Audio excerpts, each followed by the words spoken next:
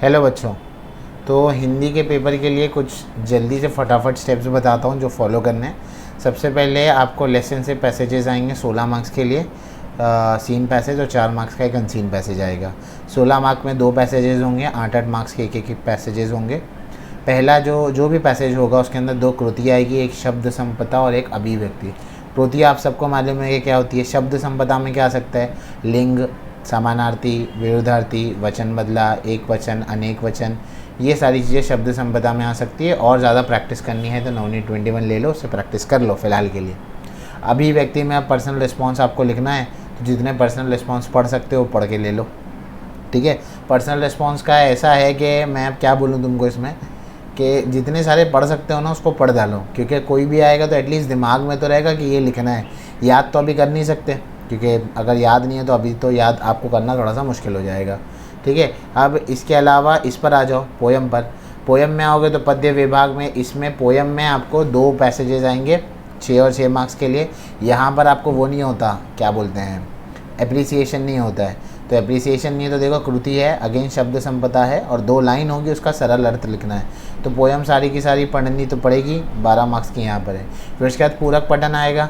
पूरक पठन में टोटल 8 मार्क्स है, अगेन वो 4 और 4 मार्क्स में डिवाइडेड होंगे, तो आप वहाँ से उसको देख सकते हो। अगेन इसमें आपको आकलन कृति है और अभिव्यक्ति, तो कृति हर एक जगह पर आपको मिलेगी। दोनों के दोनों सीन आएंगे, दोनों का देख रहे हो जैसे स्क्रीन पर, ये आपको सेम दिखाई दे रहा है, आकलन कृति अभिव्यक्ति, और यहाँ पर भी आकलन कृति और अभिव्यक्ति। तो इसमें छोड़ने का ज़्यादा स्कोप आपके पास है नहीं। और यहाँ से टोटल ले लोगे तो ये कितने हो जाएंगे, 20 मार्क हो जाएंगे आपके यहाँ पर। 12-8-20 हो गए यहाँ से, और ऊपर आपके कितने थे, 20 मार्क थे, बराबर है। तो ये भी 20 हो गए, तो 20 और 20 कितने हो गए, 40 हो गए। तो पेपर का इतना पहला हाफ तो आपको इसी में निकल गया, गद्य पद्य और पूरक पठन में निकल गया, ठीक है। अब आता हूँ मैं ग्रामर के ऊपर। तो as compare to Marathi, Hindi में बहुत ज़्यादा भर भर के ग्रामर है। बट अगर मार्क्स का एनालिसिस देखोगे ग्रामर को लेकर तो समझने आएगा कि यार एक टॉपिक के लिए, 1 मार्क के लिए एक टॉपिक पूरा पढ़ना पड़ेगा। तो सबसे आसान ग्रामर पहले देख लो कि कौन से, फिर कल का टाइम रहेगा तो उसमें हम देखेंगे कौन से ग्रामर आप कर सकते हो। टोटल जैसे ग्रामर के मार्क्स यहाँ देख पा रहे हो तो टोटल 14 मार्क्स का ग्रामर है तुम्हारे पास। अब यहाँ देखो भाई, शब्द भेद 1 मार्क्स का, अव्यय 1 मार्क का, संधि 1 मार्क की, सहायक क्रिया 1 मार्क का। तो ये हमारे तो 1 मार्क तो वैसी लैंग्वेज में ऐसे ही कट जाते हैं काना मात्रा पे, ठीक है ना। अगर ग्रामर बहुत अच्छे से पहले से हुआ है तो ठीक है, नहीं हुआ है तो जो ग्रामर करने बोल रहा हूँ फिलहाल वो करो। अब ये कर लो, एक सेंटेंस, एक वर्ड आएगा उस पर सेंटेंस बनाना होगा, वो बहुत आसान है। मुहावरे कर लो, विराम चिन्ह कर लो, काल परिवर्तन कर लो, वाक्य के भेद कर लो, बहुत आसान है। नहीं आएगा तो मैं तुमको बता दूंगा, सिखा दूंगा उसको। वाक्य को शुद्ध करना बेसिकली बहुत छोटी छोटी सी स्पेलिंग मिस्टेक्स होगी, उसको पूरा करना है।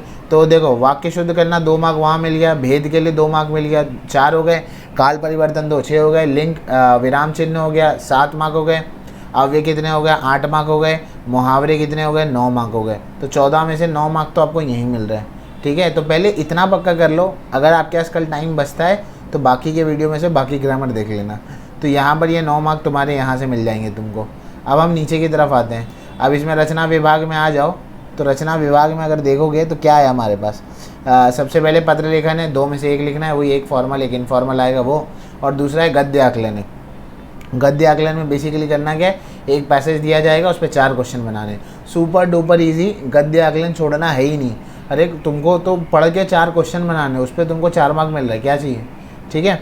उसके बाद आते हैं इस पर नीचे की तरफ आते हैं। तो वृत्तांत लेखन या कहानी लेखन, यानी रिपोर्ट राइटिंग और कहानी है। मेरे हिसाब में आप कहानी लिखो तो अच्छा होगा, क्योंकि बच्चे कहानी बनाने में बहुत माहिर होते हैं, तो कहानी लिख लो। उसके बाद विज्ञापन है। मराठी में अपने विज्ञापन बनाया है, हिंदी में उसको बनाना और आसान है, तो विज्ञापन को छोड़ना नहीं है। प्रश्न क्रमांक 5 में आ जाओगे तो निबंध लेखन है आपके पास। अब निबंध लेखन जो बच गया आपके पास निबंध, तो क्या है, उसमें जो गिवन पॉइंट्स दिए होंगे उसमें से लिखना है। तो ओवरऑल राइटिंग स्किल में भी इतना डिफिकल्ट नहीं है, उसको करना तो ओवरऑल राइटिंग स्किल भी देख सकते हो। तो इस तरह से सारे मार्क्स डिस्ट्रीब्यूटेड है। सबसे ज़्यादा भी टाइम आपको ग्रामर पढ़ने में लगेगा और उसमें सबसे कम मार्क्स अलॉटेड है, तो थोड़ा ध्यान से ग्रामर को देखो, बाकी सारी चीज़ें करो। इंशाल्लाह नेक्स्ट वीडियो में हम एक एक का फॉर्मेट भी देखेंगे।